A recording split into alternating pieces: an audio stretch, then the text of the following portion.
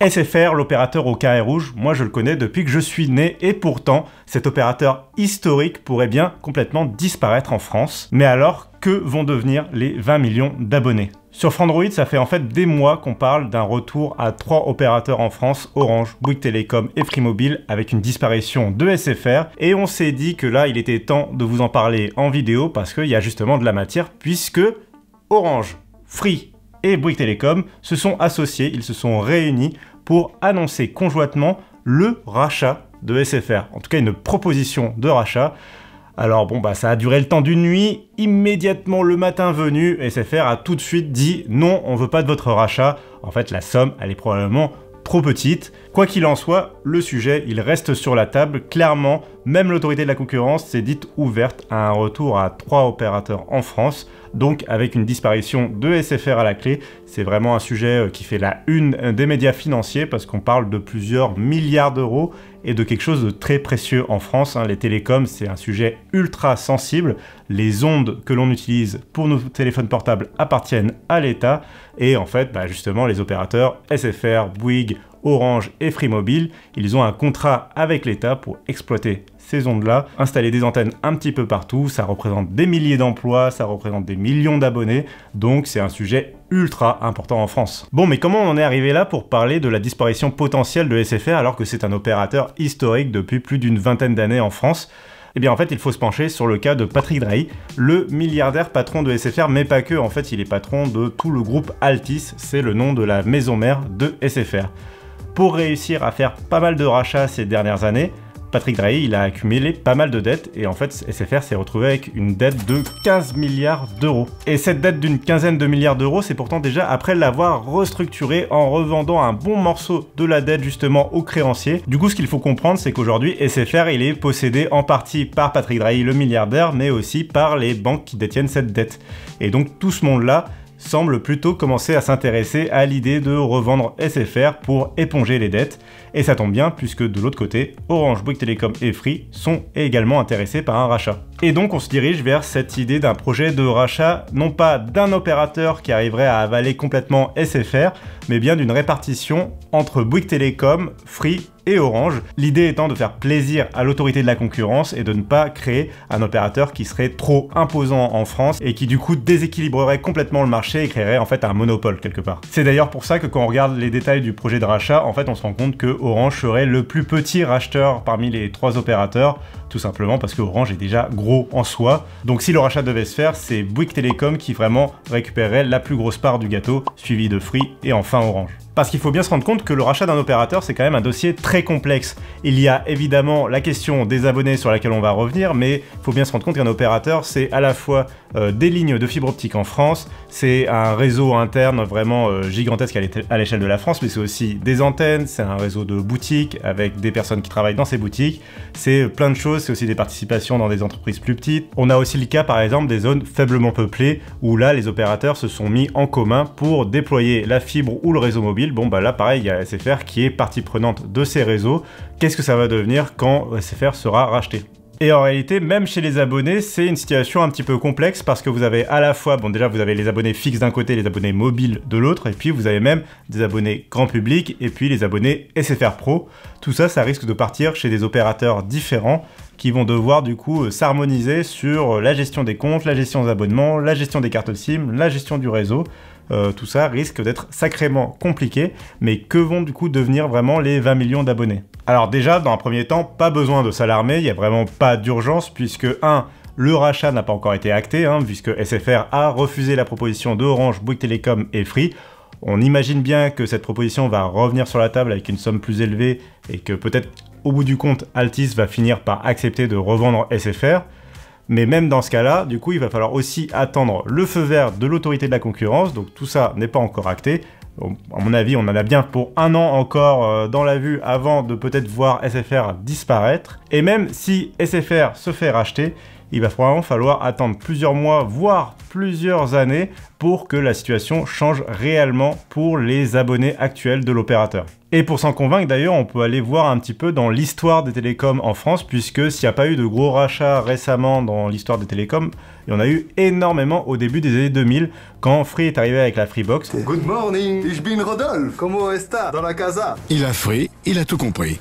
Il y a eu plein d'opérateurs en France pour des offres d'internet fixe avec chacun leur box, et pendant des années, il y a eu des rachats à droite à gauche. Par exemple, vous vous souvenez peut-être de l'opérateur Alice. Et ben l'opérateur Alice, il a été racheté par Free.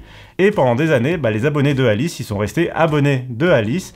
Ils ont même reçu une Alice Box qui était en fait une Freebox, mais remaquillée rapidement pour devenir une Alice Box. Bon voilà, eux, leur situation, elle n'a pas changé pendant des années, et au bout de quelques années, effectivement, ils ont basculé, ils ont migré vers le réseau de Free, et ils sont devenus des clients Free. Mais du coup, la transition, elle a rien eu de brutal, elle s'est fait en douceur, les abonnés, ils ont été prévenus, et dans un premier temps, juste Alice ne recevait plus de nouveaux abonnés.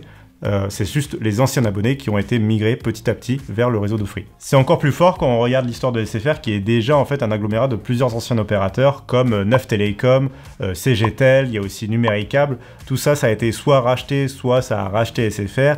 Et aujourd'hui, ce sont tous des clients et des abonnés SFR qui ont un nombre de box différents et de types de réseaux. Il y a eu de la fibre, il y a eu du cuivre, il y a eu du câble coaxial, bref, il y a eu plein de types d'abonnements différents, et pourtant aujourd'hui ils sont tous abonnés à SFR, et les transitions se sont faites sans que les gens se retrouvent d'un coup sans opérateur mobile ou sans opérateur fixe. Donc on sait faire des rachats d'opérateurs en France. Là, le caractère unique, ce serait quand même le fait qu'un opérateur se fasse racheter par plusieurs concurrents d'un coup. C'est ça qui risque d'ajouter une petite complexité, où d'un coup, on imagine que l'interface de gestion de sfr.fr sera codétenue du coup par Orange, Bouygues Telecom et Free, et que selon le type d'abonnement que vous aurez, le type d'abonné que vous serez, est-ce que vous serez un abonné pro, un abonné grand public, vous serez migré vers l'interface de gestion de Free, de Bouygues ou d'Orange. Bon, comme vous l'avez vu, il n'y a pas de quoi s'alarmer si vous êtes un ancien abonné de SFR, mais il y a quand même des questions que l'on peut se poser, nous, en tant que grand public, en tant que consommateur, pour le marché en général, puisqu'on l'a vu depuis l'arrivée de Free Mobile en 2012, les prix ont drastiquement chuté. Donc c'est vraiment le passage à 4 opérateurs en France qui a permis une vraie guerre des prix, un passage réussi à la 4G puis à la 5G, et qui aujourd'hui nous permet d'avoir des abonnements super compétitifs pour moins de 20 € par mois. Vous avez de quoi avoir de la data illimitée en France métropolitaine, de partir en voyage et d'avoir quand même internet à l'étranger, des forfaits que le monde entier nous envie, et ça a été permis notamment par l'arrivée de Free Mobile et d'un marché à 4 opérateurs. Du coup, la grande question c'est, si SFR disparaît et qu'on repart à 3 opérateurs, est-ce que d'un coup les prix vont augmenter? On a un peu l'impression quand Orange, Bouygues Telecom et Free se mettent d'accord pour racheter leurs concurrents, que c'est un petit peu l'idée, c'est de se dire, allez, bon ça y est, maintenant le marché il est mature, on va gentiment recommencer à faire augmenter les abonnements et se repartager le gâteau en 3. D'un autre côté, on pourrait aussi contre-argumenter en se disant, est-ce que c'est pas juste le fait d'avoir Free présent sur le marché qui crée la concurrence sur le marché? Bon ça, justement, c'est peut-être la disparition de SFR qui nous permettra de le juger. Il y a un autre vrai sujet avec l'idée d'une revente de SFR, c'est évidemment la question des salariés. D'ailleurs, ça inquiète pas mal les syndicats représentants du personnel de SFR, puisque, évidemment, si l'opérateur se fait racheter par Free, Orange et Bouygues Telecom, il va y avoir de la redondance chez les installateurs d'antennes, et notamment aussi, on l'imagine, pour les boutiques. On a toutes et tous vu en centre-ville parfois des boutiques SFR juste à côté d'une boutique Orange, d'une boutique Bouygues et d'une boutique Free. Bon si SFR par exemple voit ces boutiques être achetées par Orange et qui sont face à face, on imagine mal l'opérateur Orange garder 2 boutiques côte à côte dans un centre-ville, surtout au prix du mètre carré.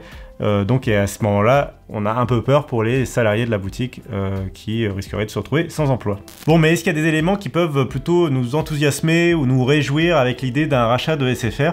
Eh bien, il y a la question du réseau, que ce soit le réseau fixe ou le réseau mobile. Par exemple, si Free Mobile rachète d'un coup plein d'antennes de SFR, le réseau de Free Mobile va devenir ultra dense et on va avoir une meilleure qualité de réseau, que ce soit en 4G ou en 5G, et puis ils vont même en fait racheter le réseau historique en 3G, alors même si lui il est plutôt voué à disparaître dans les années à venir, ça veut tout simplement dire que d'un coup à la campagne, grâce au réseau 3G de SFR, probablement qu'on va beaucoup mieux capter quand on est chez Free Mobile. Bon, ça c'est dans l'éventualité d'un rachat. On n'a pas encore tous les détails exactement de comment ils voudraient se découper le réseau d'antenne, le réseau fixe, le réseau de boutique et compagnie. On n'a pas les détails sur ce genre d'informations. Donc pour l'instant on est dans l'hypothèse. Inversement, du côté de Bouygues Telecom, historiquement c'est un opérateur avant tout mobile, il est arrivé tardivement sur des offres fixes avec ses B-Box. Bon participer au rachat de SFR, ça lui permettrait de racheter un bon morceau du réseau fixe et des abonnés fixes et de se renforcer face à Free et Orange pour permettre de créer un marché à 3 opérateurs où d'un coup on aurait des forces égales entre Orange, Free et Bouygues Telecom, que ce soit sur le réseau mobile ou le réseau fixe. Bon voilà, comme vous pouvez le voir, en fait c'est pas encore du tout acté que SFR sera revendu, mais c'est un sujet ultra récurrent dans le secteur des télécoms. À chaque fois qu'on en parle à Orange, Bouygues Telecom, SFR ou Free, ils nous en parlent justement de ce projet de rachat, de cette histoire de revenir à 3 opérateurs. Faut en plus savoir que avec son marché à 4 opérateurs, la France fait plutôt figure d'exception dans le monde. La plupart du temps, dans les autres pays, il y a 3 opérateurs nationaux. Donc tout ça va dans le sens d'un retour à 3 opérateurs, mais c'est pas encore du tout fait. Ça nous semblait important en tout cas de faire cet état des lieux.